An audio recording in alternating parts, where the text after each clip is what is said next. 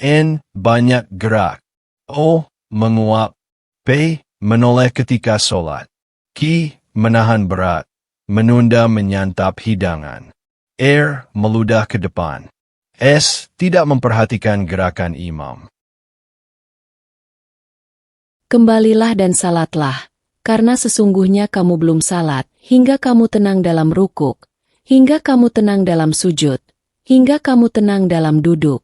Dan lakukanlah hal itu dalam setiap salatmu. Hadis riwayat Bukhari. Salat yang tanpa tumaninah bisa tidak sah. Ketertiban dan ketenangan dalam salat adalah bagian penting dari kesempurnaan ibadah salat. Bila salah seorang dari kalian menguap dalam salat, maka hendaklah ia menahannya sebisa mungkin, karena sesungguhnya setan masuk melalui mulut yang terbuka karena menguap. Hadis riwayat Muslim. Dalam konteks salat, menahan menguap menunjukkan kesungguhan, khusyuk, dan penghormatan terhadap ibadah. Setan disebut masuk sebagai bentuk perumpamaan bahwa saat seseorang menguap terbuka lebar dan lalai, setan bisa mengganggu kekhusyukan dan konsentrasi dalam salat. Aku bertanya kepada Rasulullah Shallallahu Alaihi Wasallam tentang berpaling, menoleh, dalam salat, maka beliau bersabda, itu adalah bentuk curian yang dicuri oleh setan dari salat seorang hamba. Hadis riwayat Bukhari. Berpaling, secara fisik atau dengan hati pikiran, dalam salat adalah bentuk sambaran pencopetan dari setan. Hal ini mengurangi pahala dan kehusyukan salat, meskipun tidak membatalkannya jika tidak berlebihan. Beliau Shallallahu Alaihi Wasallam pernah melirik ke kanan dan ke kiri dalam salat, dan tidak memutar lehernya hingga ke belakang. Hadis riwayat Tirmidzi. Melirik dalam salat boleh, asal tidak mengganggu kehusyukan dan hanya dengan sudut mata, tidak dengan kepala. Telah dikumandangkan iqamah untuk salat, maksudnya salat subuh, maka Rasulullah Shallallahu Alaihi Wasallam mulai salat dan beliau menoleh ke arah lembah. Hadis riwayat Abu Daud. Pada hari perang Hunain, beliau, Nabi Shallallahu Alaihi Wasallam, telah mengirim seorang penunggang kuda ke celah lembah untuk berjaga. Rasulullah Shallallahu Alaihi Wasallam tidak memutar leher ke belakang secara berlebihan. Beliau, Nabi Shallallahu Alaihi Wasallam, melarang seseorang salat dalam keadaan menahan buang air kecil atau besar. Hadis riwayat Ibnu Majah. Segera melonggarkan tekanan bab agar lebih fokus, tidak terburu-buru, dan menjaga kesempurnaan salat. Apabila makanan malam salah seorang di antara kalian telah dihidangkan dan iqamah salat telah dikumandangkan, maka mulailah dengan makan malam tersebut dan jangan tergesa-gesa sampai ia selesai darinya. Hadis riwayat Bukhari. Makan dulu jika lapar dan makanan telah dihidangkan, meskipun iqamah sudah dikumandangkan. Ini berlaku selagi waktu salat tidak habis, artinya jika salat masih dalam waktunya dan tidak dikhawatirkan akan terlewat ke waktu salat berikutnya. Salah satu faktor yang mendukung kehusyukan dalam salat adalah kondisi fisik dan mental yang tenang. Karena itu, seseorang tidak seharusnya salat dalam keadaan terganggu oleh hal-hal mendasar seperti rasa lapar yang menyiksa. Tidak sah salat, atau tidak sempurna salat, ketika ada makanan di hadapan, tidak pula, salat, dalam keadaan menahan dua hal kotor, buang air besar dan kecil. Hadis riwayat Muslim. Salat yang dilakukan dalam keadaan menahan hajat, buang air kecil, besar, lapar, kentut, muntah, madzi atau gangguan fisik lainnya, akan mengurangi kehusyukan dan kesempurnaan salat. Oleh karena itu, seseorang dianjurkan untuk menyelesaikan hajatnya terlebih dahulu sebelum melaksanakan salat, agar bisa menunaikannya dengan tenang dan khusyuk. Apa tingkah salah seorang di antara kalian berdiri menghadap Rabb-Nya kemudian meludah di depannya? Apakah salah seorang dari kalian suka jika orang lain meludah tepat di wajahnya? Maka apabila seseorang meludah, hendaklah meludah di sebelah kiri, di bawah kakinya. Jika tidak menemukan tempat yang tepat, hendaklah dia melakukan ini, meludah ke pakaian, kemudian menggosokkan bagian pakaian, itu dengan sebagian lainnya. Hadis riwayat Muslim. Jika seseorang harus meludah, hendaknya ke sebelah kiri, di bawah kakinya, jika memungkinkan. Jika tidak memungkinkan, misalnya di masjid, maka bisa meludah secara halus ke pakaian, lalu membersihkannya dengan menggosok bagian kain tersebut. Barang siapa meludah, menyemburkan air liur ke arah kiblat, maka pada hari kiamat ludahnya datang kepadanya di antara kedua matanya. Hadis riwayat Abu Daud. Meludah ke arah kiblat bukan hanya tidak sopan secara lahiriah, tetapi juga mengandung konsekuensi akhirat yang berat. Maka, seorang muslim seharusnya meludah ke sebelah kiri dan bukan ke arah kiblat. Jika berada di masjid, bisa menggunakan tisu atau sapu tangan, lalu dibersihkan. Adab lahir mencerminkan kualitas hati dan keimanan. Ketika Nabi Shallallahu Alaihi Wasallam mengatakan, Allah mendengar orang yang memujinya, tidak ada seorang pun dari kami yang membungkukkan punggungnya, ruku, sampai Nabi Shallallahu Alaihi Wasallam sujud terlebih dahulu, kemudian kami baru sujud setelah beliau. Hadis riwayat Bukhari. Mengikuti imam dengan tertib, bukan mendahului atau bersamaan. Menunggu imam benar-benar selesai gerakan, baru makmum menyusul. Meneladani ketundukan dan kedisiplinan para sahabat dalam mengikuti Rasulullah. 11 rakaat. Al-Fatihah tidak fasih. B. Mengeraskan Al-Quran menyakiti sekitarnya, menyuruh imam menunggu saat ruku. Setiap solat yang tidak dibaca di dalamnya Ummul Kitab, Al-Fatihah, maka solat itu adalah cacat. Hadis riwayat Ibnu Majah. Membaca Al-Fatihah dalam solat adalah kewajiban yang tidak boleh ditinggalkan. Tanpa membaca Al-Fatihah, solat dianggap cacat dan tidak sah, sehingga harus diulang agar sah dan diterima oleh Allah. Al-Fatihah bukan sekadar bacaan, melainkan pujian kepada Allah, pengakuan atas keesaannya, dan doa yang dipanjatkan kepadanya. Orang yang solat tanpa membaca Al-Fatihah berarti tidak berdoa kepada Allah dalam salatnya. Dan ini bisa menunjukkan sikap sombong, karena ia merasa cukup dengan gerakan saja tanpa menghubungkan hati dan lisan kepada Allah. Tidak ada solat bagi orang yang tidak membaca Al-Fatihah. Hadis riwayat Muslim. Membaca Al-Fatihah dengan lafaz yang benar adalah wajib. Membacanya dengan nada yang merdu saja tidak cukup. Jika maknanya berubah atau salah, maka solat tersebut tetap tidak sah. Karena tujuan utama membaca Al-Fatihah adalah untuk berdoa dan memuji Allah dengan benar, bukan sekadar melafalkan kata-kata tanpa makna yang tepat. 12 rukuk. A. Mencuri rukuk sujud. B. Memburu ruku. C. Tidak meluruskan punggung. D. Mengangkat telapak tangan mirip berdoa. Orang yang paling buruk mencurinya adalah orang yang mencuri syalatnya, tidak menyempurnakan rukuknya, sujudnya, dan kehusukannya. Hadis riwayat Ahmad.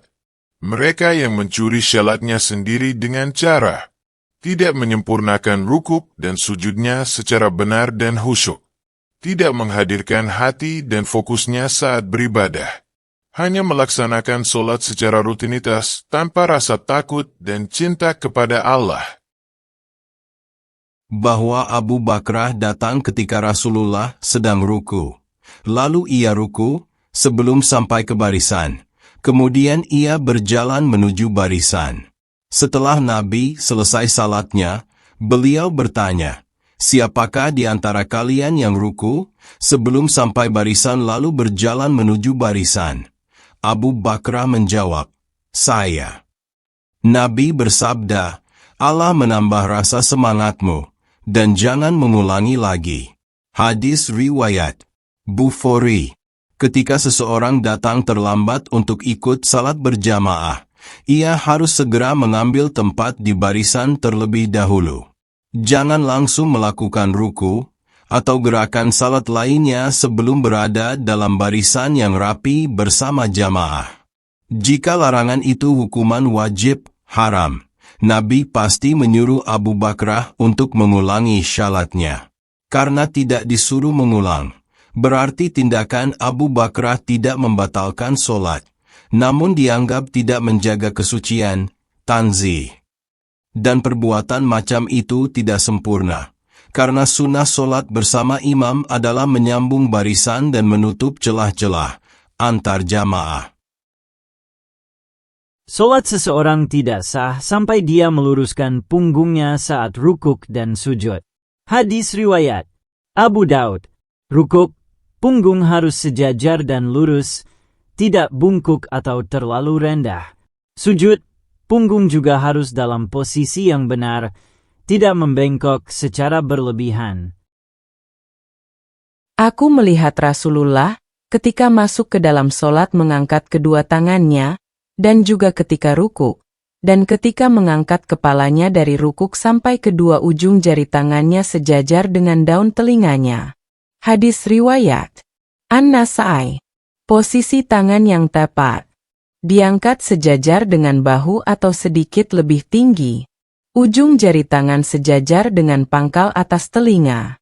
Ibu jari sejajar dengan lekukan daun telinga, syahmat daun telinga. Telapak tangan menghadap ke depan dan sejajar dengan bahu. Mengangkat tangan dengan membuka telapak tangan ke atas seperti dalam keadaan berdoa, khususnya saat bangun dari rukuk, tidak benar menurut sebagian ulama.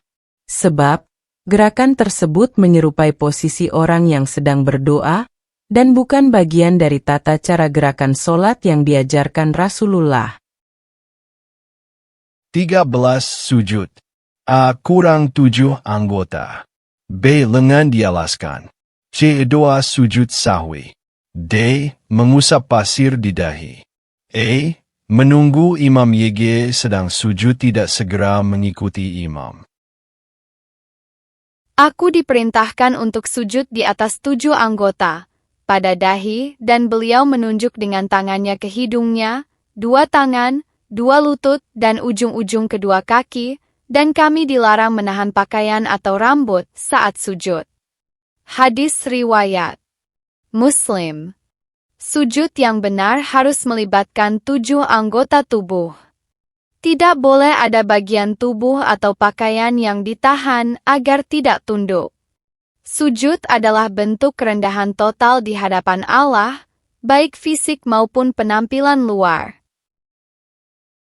Membentangkan tangan di tanah saat sujud, dan menempelkan betis ke paha, paha ke perut, dan lengan ke paha.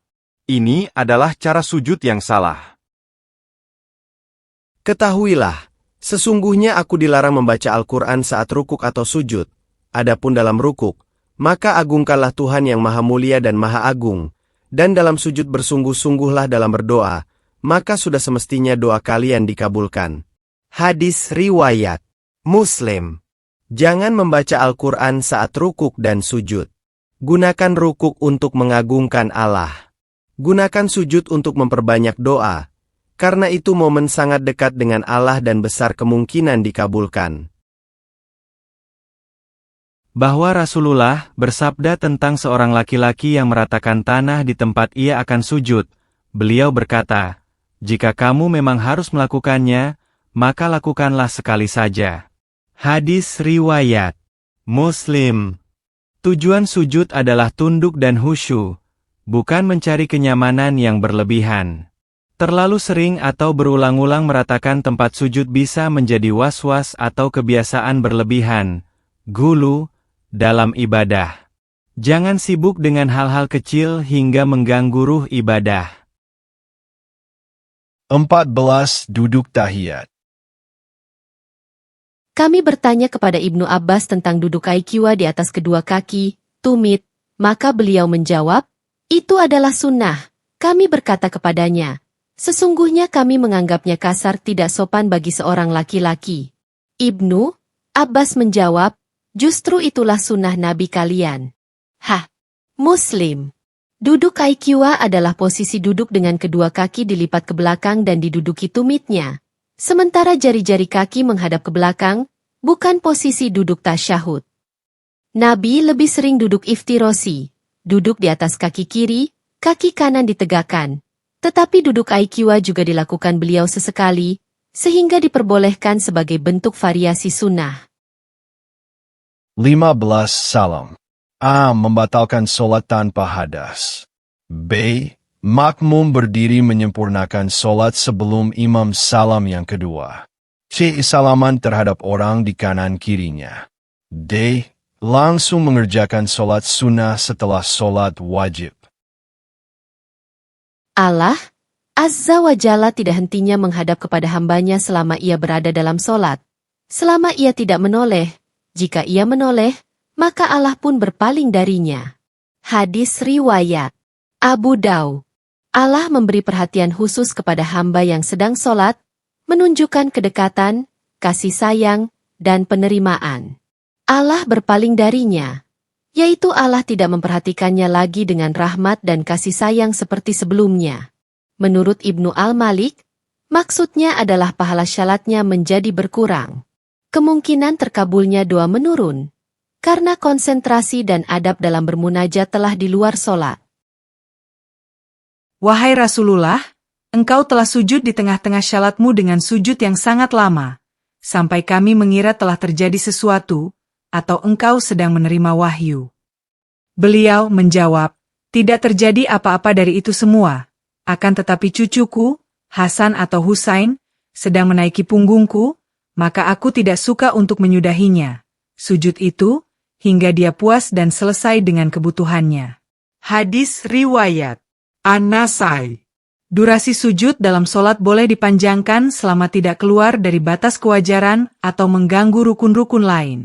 Bahkan dalam kondisi sangat sakral seperti sujud dalam solat, Rasulullah tidak memarahi, tidak menghalangi, tetapi justru menghormati kenyamanan dan kebutuhan sang cucu. Seorang wanita memanggil anaknya yang sedang sholat di lantai atas. Dia berkata, "Hai Juraij." Dia menjawab, "Ya Allah, ibuku dan syalatku." Wanita itu memanggil lagi, "Hai Juraij." Dia menjawab lagi dengan kalimat yang sama, "Ya Allah, ibuku dan syalatku." Ibunya memanggilnya untuk ketiga kalinya. Dia tetap menjawab, "Ya Allah, ibuku dan syalatku." Hadis riwayat Bukhari. Dalam kondisi sholat, cara menjawab panggilan cukup dengan ucapan Subhanallah bagi pria, atau tasfik, menepuk tangan bagi wanita. Boleh meninggalkan sholat sunnah untuk memenuhi panggilan ibu yang tidak darurat. Tetapi jika itu sholat wajib yang ditinggalkan, maka berdosa dan harus diusahakan tidak meninggalkannya. Aku melihat Nabi menjadi imam bagi orang-orang, sementara Umamah binti Abu Al-As, yang merupakan putri Zainab, putri Nabi, berada di atas bahunya. Ketika Nabi rukuk, beliau meletakkan cucunya tersebut, dan ketika beliau bangun dari sujud, beliau mengangkatnya kembali. Hadis riwayat Bukhari. Beliau memberikan contoh konkret bahwa dalam beribadah, kita bisa menggabungkan antara khusyuk, kesopanan, dan kasih sayang kepada keluarga. Saya, Nabi Shallallahu Alaihi Wasallam, berdiri dalam solat dengan niat ingin memanjangkannya, memperlama, kemudian saya mendengar tangisan seorang bayi, lalu saya mempercepat solat saya karena tidak ingin menyusahkan ibunya. Hadis riwayat Bukhari. Ibu yang sedang sholat tidak wajib membatalkan syalatnya hanya karena bayinya menangis.